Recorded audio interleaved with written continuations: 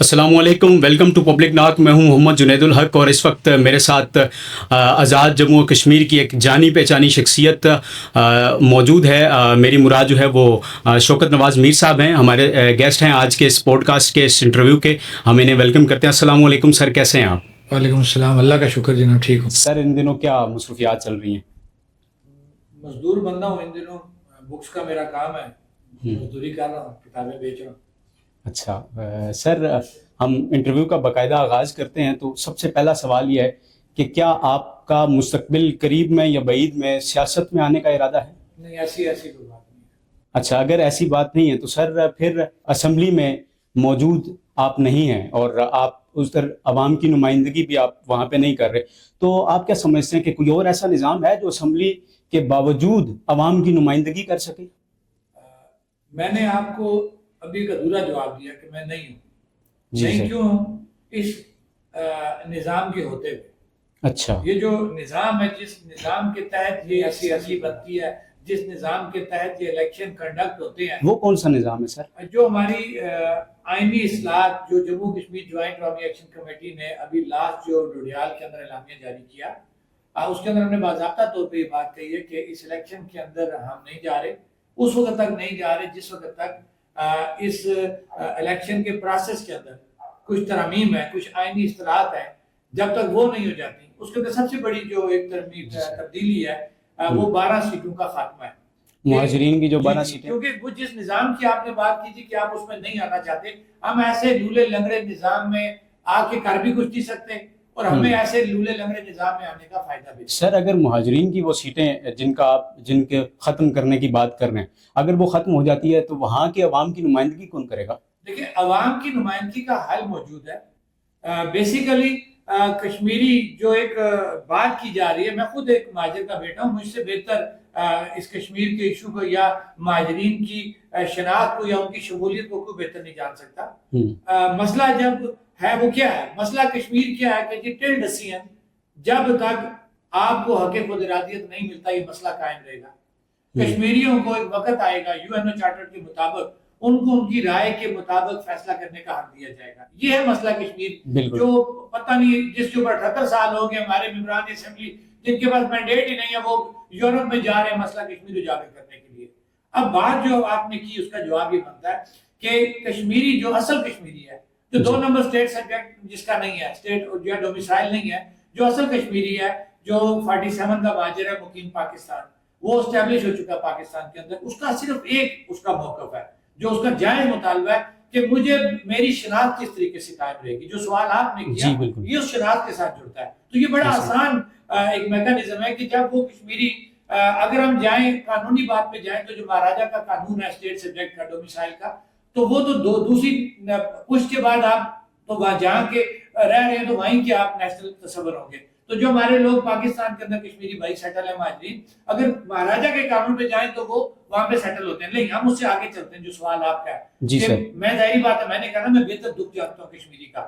تو وہ کشمیری یہ کہہ رہا ہے کہ جس وقت بھی یہ وقت آیا، موقع ملا کہ ہمیں حق رائے دہی کا موقع دیا جائے گا، تو وہ اس وقت کیا ایسا میکانزم ہوگا کہ میری دوسری تیسری چوتھی نسل جب بھی وہ فیصلے کا وقت آئے گا، وہ چاہے چوتھی نسل پہ آتا ہے، 5ویں پہ آتا ہے، جس پہ بھی آتا ہے، تو میری وہ شناخت کس طریقے سے قائم رہے گی. اس کا حل موجود ہے، ناظرہ کے شناختی کارڈ موجود ہے. اس سے پہلے بھی تو اس کے اوپر آزاد کشمیر لکھا جاتا تھا نا. جی سر. تو آپ اس کے اندر سافٹ ویئر موجود ہے، کوئی لمبی چوڑی بات نہیں ہے. شناخت آپ نے اس کو ناظرہ کے شناختی کارڈ کے اوپر دے سکتے ہیں. آپ اس کا میکانزم بن سکتا ہے کہ آپ نے اس کی شناخت جو آپ اس کو دینے جا رہے ہیں وہ کس بیس کے اوپر دینے جا رہے ہیں. اس کے لیے بالکل طریقہ، اگر ابھی آپ نے افغانیوں کا فیصلہ کیا نا کہ جی 70 کے پہلے کے جو ڈاکومنٹ ہیں سارے 70 کے بعد کے لے کے آئے کہ یار یہ افغانی ہے بھی یا نہیں ہے، مہاجر یہاں پہ سیٹل ہیں یا نہیں ہے، تو آپ آئے ان کے تمام ڈومیسائل اسٹیٹ سبجیکٹ چیک کریں نا، جو 2 نمبر اسٹیٹ سبجیکٹ بنے ہوئے. خالی میں نہیں کہہ رہا،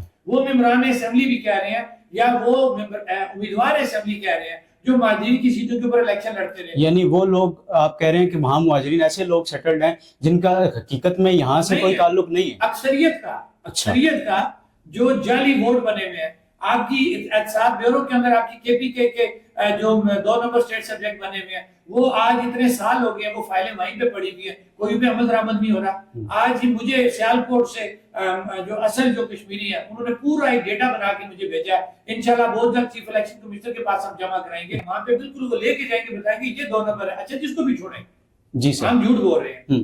عاصم شریف بٹ وزیر ٹرانسپورٹ اپنا آپ کا وزیر سپورٹس رہا، جس کا ڈپٹی کمشنر مظفر آباد نے ثابت ہوتے ہوئے اس کے بعد کینسل کر دیا اس کا اسٹیٹ سبجیکٹ، جبکہ کینسلیشن کی اتھارٹی کون ہے؟ آپ کا الیکشن کمشنر. ٹھیک ہے، وہ تھا نہیں، وہ اس وقت تک وہ بچے رہے، اب وہ سپریم کورٹ کے سارے چل رہے ہیں، وہاں اسٹیک لے کے بیٹھے ہوئے ہیں. پھر دوسری بات اکمل سرگالہ صاحب، یہ ایک اور موضوع ہے، پنجاب اسمبلی کا وہ الیکشن لڑتے ہیں MPA کا، ٹھیک وہاں سے بھی وہ الیکشن لڑیں اور پھر مہاجر بن کے وہ یہاں سے بھی آ کے الیکشن لڑیں. دونوں طرف سے یہ چھوٹی 2 میں نے آپ کو مثالیں دے دی. چھوڑے ایکشن کمیٹی جھوٹ بول رہی ہے، نہیں ہے فیک. ان 2 کا جواب دے دیں. عاصم شریف بٹ اور یہ جو الیکشن پنجاب کے سے لڑتے ہیں، کس کیپیسٹی میں وہاں الیکشن لڑتے ہیں اور وہ آزاد کشمیر کا ڈومیسائل بھی وہ کلیم کرتے ہیں؟ کہاں پہ دوہری شہریت؟ پھر دوسری بات، دنیا کے کس جگہ پہ یہ ہو سکتا ہے کہ ایک ملک کا الیکشن دوسرے ملک میں کنڈکٹ ہو؟ آپ کا ایک 74 ہے، وہ ایک قانون آئین اور دائرے کے اندر بنا ہوا ہے. آپ کی ایک قانونی حیثیت ہے، یہ ریاست ہے. وہ ایکٹ 74 یا جو چیف الیکشن کمشنر ہے اس کا ڈومین اس ریاست کے ضربے کے اندر ہے. وہ الیکشن کمشنر قانونی طور پہ کسی دوسرے ملک میں جا کے الیکشن نہیں کنڈکٹ کرا سکتا. ٹھیک ہے سر، آپ کا جواب آ گیا. سر آپ سیاست کے میدان میں بھی نہیں اتر رہے، لیکن اس نظام کے ہوتے ہوئے، یعنی کہ اگر یہ ترمیم ہو جاتی ہے تو مستقبل قریب میں اس کا امکان موجود ہے. آپ اسی نام کے ساتھ جموں کشمیر جوائنٹ عوامی ایکشن کمیٹی کے یہ بات کی بات ہے. ٹھیک ہے، فی الوقت جموں کشمیر جوائنٹ عوامی ایکشن کمیٹی بنیادی حقوق کی خاطر بنی ہے، حق ملکیت حق حکمرانی کی بات کر رہی ہے، اور اسی حق ملکیت حق حکمرانی کے اندر یہی وہ حکمرانی ہے کہ یہاں پہ ایک net and clean election commission یا اس کا باضابطہ اس کو لایا جائے، اس میں ترامیم کی جائے اور الیکشن کے نظام کو ٹھیک کرتے ہوئے عوام کو ان کی حکمرانی کا حق دیا جائے. ٹھیک ہے سر، اسی جواب کو میں آگے لے کے چلتا ہوں. آپ اس نظام کے ہوتے ہوئے سیاست میں نہیں آ رہے، لیکن اس کے بعد آپ ساتھ ساتھ سٹرگل عوام کے حقوق کے لیے، عوام کے رائٹس کے لیے کر رہے ہیں. آپ کو جہاں تک میری انفارمیشن ہے، وزیر اعظم جو ہے وہ فیصل ممتاز راٹھور صاحب نے آپ کو حکومت میں شامل ہونے کے لیے بھی کہا تھا. نہیں ایسی وہ تو جنرل ایک ڈائلاگ ان کے ہوتے ہیں نا، وہ ہمارا لاکھ صاحب کے بھی ہیں، اداروں کے بھی ہیں، اور فیصل ممتاز راٹھور کے بھی. یار آؤ نا، آ کے اسمبلی میں بیٹھو نا، آؤ الیکشن لڑو تو پتہ لگ جائے گا. وہ تو ایک ڈائلاگ ہے ان کے جو اکثر وہ کہتے رہتے ہیں. سر یہ جس ڈائلاگ کی آپ بات کریں، آپ 2 سابق وزیر اعظم آئے، ایک موجودہ اور ایک اس سے پہلے، ایک تحریک انصاف سے اور ایک پیپلز پارٹی سے، دونوں اپنی کابینہ لے کے آئے. آپ اس نظام کے ہوتے ہوئے دونوں کو آپ نے قابل قبول نہیں کیا، تو آپ کے پاس ایسا متبادل نظام کیا آپ سیاست سڑکوں پہ کریں گے؟ نہیں دیکھیں نا، میں نے جب آپ کو کہا کہ جب وہ اس نظام میں جانے کا رستہ ٹھیک ہوگا تو نظام بھی ٹھیک ہو جائے گا. جب جانے کا رستہ ہی غلط ہے، ٹھیک ہے، کہ آپ وہاں پہ جائیں گے تو آپ کی حیثیت کوئی نہیں ہے. 12 سیٹیں وہ سیاست کے اوپر چھری چلانے والی بات ہے کہ کسی بھی وقت آپ کی اس اسمبلی کو 12 سیٹیں جمع یہ باقی ممبران ملا کے ڈی ریل کر دیا جاتا ہے. تو ایسے کمزور نظام کا حصہ کیوں بنا جائے؟ بہتر نہیں ہے کہ پہلے اس نظام کو ٹھیک کیا جائے، اس کے بعد. تو سر اس نظام کو ٹھیک کرنے کے لیے آپ کیا کر رہے ہیں؟ اور دوسرا ساتھ یہ بھی اس کے حوالے سے بتاتے چلیے گا کہ آپ اس میں سیاست میں اس طرح انوالو تو نہیں ہو رہے باقاعدہ اس نظام کے ہوتے ہوئے، لیکن اس کے ساتھ ساتھ آپ چارٹرز آف ڈیمانڈ بھی آپ کی ہے. تو اس سے آپ نہیں سمجھتے کہ چارٹرز آف ڈیمانڈ کو پورا کرنے سے پہلے آپ کو اس مدعے کو اٹھانا چاہیے اور اس پہ زیادہ کام کرنا چاہیے، ورنہ وہ چارٹرز آف ڈیمانڈ اسی طرح پینڈنگ کی پینڈنگ نہیں رہے گی تب تک آپ انقلاب انتشار کے ذریعے لائیں. اعلامیہ جاری کیا، اگر آپ نے اعلامیہ سارا سنا ہوتا میں آپ کو دے بھی دوں گا. اس کے اندر کلیئر کٹ ہم نے اصطلاحات کا ذکر کیا ہے کہ 12 سیٹیں ان اصطلاحات کے اندر شامل ہیں، اور اس کے علاوہ جو الیکشن کے حوالے سے اصطلاحات ہیں وہ اس کے اندر شامل ہیں. جب یہ چیزیں آپ کی ہو جاتی ہیں تو آپ کو ایک اچھا ماحول ملے گا، ہر کوئی الیکشن لڑ سکتا ہے. ٹھیک ہے، آپ کا جواب آ گیا. سر سوال یہ ہے کہ تب تک سدھیر قتل کیس جیسے کیس ہوتے رہیں گے، اس کی ذمہ داری کا بوجھ کہیں نہ کہیں آپ کے کندھوں پر بھی آئے گا. اور اس کے ساتھ ساتھ سر میرے جو ذہن میں یہ سوال آ رہا ہے وہ یہ کہ اسی جیسے نوجوان جو آپ کی قیادت میں ان جو ہے وہ عوام کے حقوق کی جدوجہد کرتے ہوئے جو میدان میں آ رہے ہیں، ان جیسے بہت سے نوجوان تب تک قربانیاں دیتے رہیں گے اور ان کے والدین یا ان کے گھر والے بعد ازاں اسی حکومتی جماعت کے ساتھ الحاق بھی کر لیں گے. اگر آپ سیاست میں ہوتے تو شاید ایسا نہ ہوتا. نہیں یہ دیکھیں جو قوتیں اس نظام کو چلا رہی ہیں, جو ہڈن قوتیں جو ہیں جو اس نظام کو چلا رہی ہیں, وہ کیا اس نظام کو پاکستان کے نظام کو بھی چلا رہی ہیں, وہ بڑی طاقتور ہیں. ٹھیک ہے, میں اس بحث میں نہیں جانا چاہتا, مجھے اپنی ریاست کی حد تک ہی رہنا چاہیے. پھر بھی میں یہ کہوں گا اس ریاست کے نظام کو بھی چلانے میں وہ قوتیں بیرونی ہاتھ موجود ہیں جو پیچھے بیٹھ کے یہ سارا نظام چلا رہے ہیں. دیکھیں اگر جو بات آپ نے کی, بالکل آپ نے ٹھیک بات کی ہے کہ اگر قانون ہوتا, یہاں پہ انصاف ہوتا, تو دن دہاڑے اسٹریٹ فائرنگ کی گئی ہے اور قاتل بری ذمہ, اور دن دہاڑے وہ سدھیر کا والد, وہ بیچارہ کتنا سٹینڈ کرے گا, وہ سٹینڈ. سر آج وہ اسی حکومتی جماعت کے ساتھ کھڑے ہیں. میری بات نہیں اس کا سٹیٹمنٹ آ گئی بھی ہے, وہ چیزیں بھی کلیئر ہے, میرے پاس ریکارڈ موجود ہے, آپ نے وہ دیکھا ہوگا کہ ہماری ہی بال کے اوپر جہاں ہم نے اس کا انٹرویو چلایا وہیں پہ اس کا آڈیو ریکارڈ جو ہے وہ موجود ہے ساتھ, جس کے اندر وہ کہہ رہا ہے کہ ایسی کوئی بات نہیں ہے, وہ زبردستی لا کے میرے گلے پہ ہاتھ ڈال دیا. چلیں جی, وہ حصہ بھی اس کا بن گیا, لیکن مسئلہ کیا ہے کہ یہ نظام اتنا ہمارا کمزور ہے, جس نظام کو بار بار ہم بھی ڈسکس کر رہے ہیں اور آپ بھی مجھ سے بار بار وہی سوال پوچھ رہے ہیں. اگر یہ نظام مضبوط ہوتا, قانون ہوتا, انصاف ہوتا, تو میرے خیال سے کسی میں اتنی ہمت نہ ہوتی کہ قاتل وہاں پہ جا کے جن کو قتل کیا ہے ان سے جا کے وہ بارگین کرتے. تو سر آپ کیا اس کے متعلق کوئی ویڈیوز موجود ہیں یا قاتل کا پتہ ہے کہ وہ کون ہے؟ بالکل ویڈیوز موجود ہیں, اس سدھیر کے والد کی ایف آئی آر موجود ہے, ریاست موجود ہے, دیکھیں جی اس کو بھی چھوڑ دیں.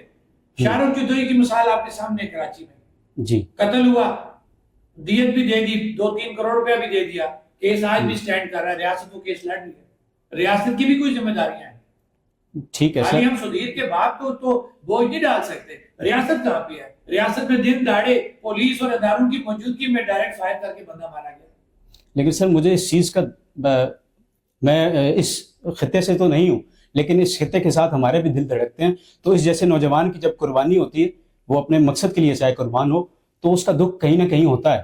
اور مجھے لگتا ہے کہ کہیں نہ کہیں آپ کے کندھوں پہ بھی یہ بوجھ آگے چلتے ہوئی زندگی میں ضرور رہے گا. میری بات سنیں نا, جو تحریکیں ہوتی ہیں اس میں وہ خون مانگتی ہیں, قربانی مانگتی ہیں. میری یہ باتیں اس سدھیر کی جان کو واپس نہیں لا سکتی. بالکل وہ چلا گیا, اس کے والدین کو جو اللہ کی طرف سے صبر آنا تھا وہ آ گیا. لیکن ایک بات ضرور کہوں گا کہ سدھیر امر ہو گیا, اس نے اپنی جان تو دے دی, لیکن اس کی جان کے عوض یا اس سے پہلے جو ہمارے 3 شہداء تھے ان کے عوض اس ریاست کے لوگوں کو, اس غریب کو کہ جو خودکشیوں پہ مجبور تھے, سستی بجلی اور سستا آٹا ملا. یہ وہ بینیفٹ ہے. میں یہ کہوں گا کہ اسی بینیفٹ سے جب ایک غریب جو لاچار مجبور تھا, جس کو 78 سال کسی نے منہ نہیں لگایا, میں یہ کہوں گا کہ سدھیر کی قربانی, اس سے پہلے جو ہمارے 3 شہداء ہیں ان کی قربانیوں سے, یا دیگر جو اس میں شہداء جن کی جانیں گئی ہیں, میں یہ کہوں گا کہ وہ ہمارے شہید ہیں, اور ان کی اس شہادت کی وجہ سے آج ریاست کے اندر غریب جو ہے وہ سکون سے زندگی گزار رہا ہے. اچھا سر, اس کے ساتھ ساتھ ایک اور سوال یہ ہے کہ میں نے یہ دیکھا ہے کہ جو اس جوائنٹ عوامی ایکشن کمیٹی ہے, اس کے جو کور کمیٹی کے ممبرز ہیں, ان کی طرف سے کوئی گالم گلوچ کا جو ہے وہ کلچر وہ بھی جو ہے وہ فروغ پا رہا ہے, اس کو کیسے دیکھتے ہیں آپ؟ دیکھیں میری بات سنیں, ایک ہے ہماری کور کمیٹی جس کے ہم 29 ممبران ہیں. ہاں 29 ممبران جی. اور باقی وہ کمیٹیز ہیں ہماری جو ضلعی سطح پہ بنی ہوئی ہیں, تحصیل سطح پہ, وارڈ سطح پہ. سر میں بات انہی کور کمیٹی سے کر رہا ہوں. میں ادھر ہی آ رہا ہوں, میں کور کمیٹی پہ آ رہا ہوں. میرے خیال سے کور کمیٹی کے بندے کسی نے ڈائریکٹ ناجائز گالی نہیں دی ہوئی. سنیں میری بات. سر میں لفظ بول سکتا ہوں, وہ میں بولتا ہوں, آپ چلانے سے منع کر دیں گے؟ نہیں کوئی نہیں چلائیں آپ کوئی چیز ہیڈر نہیں دی. میں بتاتا ہوں سوشل میڈیا نے اتنی آزادی دے دی ہے کہ اب کوئی بندہ جھوٹ نہیں بول سکتا. جی سر, وہی سوشل میڈیا پہ موجود ہے.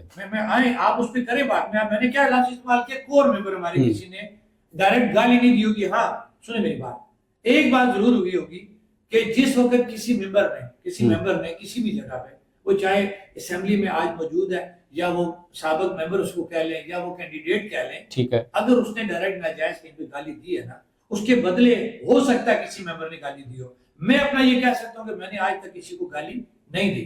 میں نے سخت آگے بات ضرور کی ہوگی. اب سر گالی نہیں دی ہوگی. سخت آپ کے لفظ جو ہے وہ ایسے ہیں کہ ہم تمبر کا سوٹا ہم نے کتے بلوں کے لیے رکھا ہوا ہے. سر اس کے معنی آپ بھی بخوبی سمجھتے ہیں, میں بھی سمجھتے ہیں, آڈینس بھی سمجھتے ہیں. آپ نے آدھا جملہ بولا, اگر اس کے پیچھے پورا جملہ بولنے سے, میں پورا جملہ بولتا ہوں کہ ہم پہاڑی لوگ ہیں. ٹھیک ہے, ہم اکثر رات کو ندی نالوں سے گزرتے ہیں, تو وہاں پہ کتے بلے یہ جو اور چیزیں آ جاتی ہیں تو ہم ان کو مارنے کے لیے رکھتے ہیں. سر یہ استعارتاً آپ نے بات کو دیکھیں نا, اب آپ اس کو ہر لفظ کو آپ مختلف جگہ پہ ایڈجسٹ کر سکتے ہیں. میں نے جو لفظ بولا میں نے اس کا بیک گراؤنڈ آپ کو بتا دیا. آپ کو وہ لفظ کسی کو ایڈجسٹ کرنے کے لیے کرتے ہیں, آپ کی مرضی ہے. میں نے جو جملہ بولا میں نے اس کی تمہید اس کا سابقہ جو جملہ ہے ایڈ کر کے آپ کو بولا. سر ٹھیک ہے, آپ کا جواب آ گیا. آپ کی تحریک جو ہے اس کا فنڈ کہاں سے آتا ہے سر؟ یہ بارہا سوال ہم پہ کیا گیا, الزام بھی لگایا. بنیادی سوال ہے. جی سائفر بھی لہرایا گیا. سائفر بھی لہرایا گیا. اس کے بعد سائفر کا کوئی سر پیر نہیں ملا. معترضین کا جو ہے وہ را کے ایجنٹ ہونے کے حوالے سے بھی آپ پہ بات. دیکھیں اس ریاست کا قانون دیکھیں آپ کہ ایک بندہ ایڈمٹ کر رہا ہے, میں نہیں کہہ رہا, وہ ایڈمٹ کر رہا ہے کہ میرا ایک دوست ہے دبئی میں, اس کے گھر میں یا جہاں پہ ملاقات اس نے کرائی, را کمشنر کا لفظ استعمال کیا, را کا کمشنر انڈیا کا, اس سے ملاقات ہوگی. اگلی باتیں چھوڑیں, اس نے کہا جی شوکت نواز میر کو جانتے, اس نے کہا میں نہیں جانتا, البتہ سوشل میڈیا پہ دیکھا, یہی اس نے کہا جی. لیکن وہ یہ ایڈمٹ کر گیا کہ وہ را کے ایجنٹ سے ملا, اس کا دوست اس کو ملاتا ہے. ریاست کہاں پہ ہے کہ ریاست نے ابھی تک اس پہ کوئی عمل درآمد نہیں کیا. شوکت نواز میر پہ ایکشن کمیٹی پہ الزامات تو لگ رہے ہیں جو آپ نے بھی سوال کر دیا. لہٰذا یہ تمام الزامات ہیں. شوکت نواز میر جموں کشمیر جوائنٹ عوامی ایکشن کمیٹی کا 3 سالہ ریکارڈ سامنے ہے. آج دنیا گلوبل ولیج بن چکی ہے, کوئی بھی ایسی چیز آپ کی ہڈن نہیں رہ سکتی.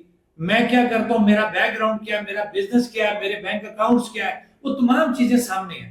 اگر شوکت نواز میر یا جموں کشمیر جوائنٹ عوامی ایکشن کمیٹی کسی ناجائز طریقے سے فنڈنگ لے رہی ہوتی تو آج تک کسی نے نہیں چھوڑنا. سر یہ فنڈنگ کیسے چل رہی ہے؟ میں بتاتا ہوں. میں مظفر آباد کی آپ کو مثال دوں گا. میں ابھی آپ کو بتاتا ہوں, ہم نے 12 تاریخ کو جانا ہے نکیال جانا, اس کے بعد ڈڈیال جانا 13 تاریخ کو. ہمارے دوست ہیں یہاں پہ آپس میں تاجران. اچھا بالکل, ہم کلیکشن کرتے ہیں.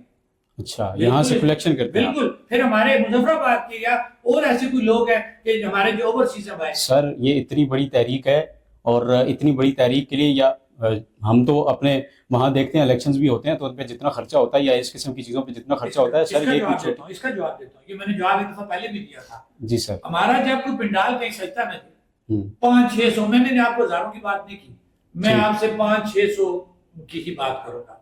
ہم وہاں پہ ہوتا کیا, کوئی سٹیج نہیں ہوتا. دیکھا نا آپ نے, یہ پہلا خرچہ سٹیج کا بچ گیا. سنیں نا, پہلا خرچہ سٹیج کا بچ گیا. پھر وہاں پہ بڑی تاج والی کرسیاں نہیں ہوتی. دوسرا خرچہ کرسیوں کا بچ گیا. تیسرا خرچہ ہمارے کھانے کا آ گیا, جو سب سے بڑا آتا ہے. کیونکہ یہ 2 نمبر لوگ جب اپنے بل کلیم کرتے ہیں نا سرکاری, تو جو سرکاری ایونٹ 5 لاکھ میں وہ ہوتا ہے نا, وہ 50 لاکھ میں کلیم ہوتا ہے. اب ہمارا کیا ہوتا ہے, ہمارا وہیں پہ لنگر بنتا ہے. لنگر میں چنا پڑا ہوا چاول کے اندر وہی کھائیں گے, اگر مرغ کی بوٹی ہے سارے وہی کھائیں گے. الحمدللہ جو فنکشن 50 لاکھ روپے یہ کلیم کرتے ہیں یہ لوگ, اور یہ بیوروکریٹ اور یہ ہمارے حکمران, یہ سیاستدان, کیونکہ مال مفت دلے پہ رہے, ہمارا وہ خرچہ 500 کا 1.5 لاکھ 2 لاکھ 3 لاکھ روپے میں ہو جاتا ہے. الحمدللہ پہلے تو وہاں کی لوکیلٹی کو پورا کرتی ہے. اگر وہاں پہ پورا نہ ہو, اسی لوکیلٹی کے لوگ جو ہمارے مزدوری کی خاطر باہر بیٹھے ہوئے ہیں وہ اس علاقے کے لوگوں کو سپورٹ کرتے ہیں. میں ہر چیز پروو کرنے کو تیار ہوں. ٹھیک ہے سر. سر اسی سوال کے ساتھ منسلک سوال ہے, مجھے امید ہے کہ آپ بالکل واضح اس کا جواب دے دیں گے کہ آپ خود مختاری کے حق میں یا پاکستان کے ساتھ الحاق کے حق میں؟ دیکھیں, میں یہ سوال بھی مجھے پہلے کیا گیا تھا. جی سر. میں نے اس وقت بھی یہ کہا تھا کہ اقوام متحدہ کی قراردادوں کے مطابق ہمیں ہمارا حق رائے دہی استعمال کرنے کا. سر میں کشمیر کے حوالے سے UN کی قرارداد کے حوالے سے بات نہیں کر رہا, میں بات کر رہا ہوں شوکت نواز میر کے بارے میں کہ وہ کس ایجنڈے پہ کام کر رہا ہے, وہ کس. مجھے سنے دیکھیں نا, میں اسپیسیفک کسی جواب دینے کا پابند بھی نہیں ہوں, لیکن میں اپنی رائے. سر میں آپ کو بڑا دلیر آدمی سے تو یقین مانیں سر. دلیر ہوں, دماغ بھی رکھتا ہوں, دماغ بھی رکھتا ہوں. مجھے ایک آزادی چاہیے, جس آزادی کا وعدہ ہمارے ساتھ ہمارے اس کہہ لیں وکیل نے کیا ہوا ہے جو پاکستان ہے, کہ انشاءاللہ حق قدراتیت کشمیریوں کو ان کی مرضی کے مطابق. سر بالکل ملنی چاہیے. میں آپ کا جواب چاہ رہا تھا, مجھے یہ جو جموں کشمیر لفظ ساتھ لگا ہوا ہے مجھے اس سے کہیں نہ کہیں اشارہ ضرور ملتا ہے اسی سوال کے جواب میں. آزادی کیا ہے, ہم پوری ریاست کی بات کر رہے ہیں, ہم نے خالی اس آزاد کشمیر کی بات نہیں کی, پوری ریاست میں گلگت بلتستان, آزاد کشمیر اور مقبوضہ کشمیر سب شامل ہے. سر مجھے تو اس کا جواب مل گیا ہے, میں امید کرتا ہوں کہ ہماری آڈینس بھی اس کو بخوبی سمجھے گی. سر کور کمیٹی کے جو ممبرز ہیں اس کا جو ہے وہ اس کی کس قابلیت کی بنیاد پہ وہ کور کمیٹی کے ممبرز بنتے ہیں, ان کا تعلیمی سٹینڈرڈ یا معیار کیا, اور آپ کی تعلیمی قابلیت کیا ہے؟ دیکھیں پہلی بات یہ کہ کور کمیٹی جب بنی نا 3 سال پہلے, اس کے اندر کوئی ایسی چیزیں نہیں تھیں یہ اچانک بنی ہے. یہ پونچھ ڈویژن کے اندر ایک تحریک سٹارٹ ہوئی, سابقہ تحریکیں بھی چلتی رہی, وہاں پہ احتجاج ہوتے رہے, دھرنے ہوتے رہے. سر اس کی بنیاد کہاں سے؟ میں بتاتا ہوں نا, یہ پونچھ سے سٹارٹ ہوئی, پونچھ آٹے کے اوپر. اسی دوران 3 سال پہلے بجلی بھی مہنگی ہو گئی, لوگ بڑی مشکل میں آ گئے تھے.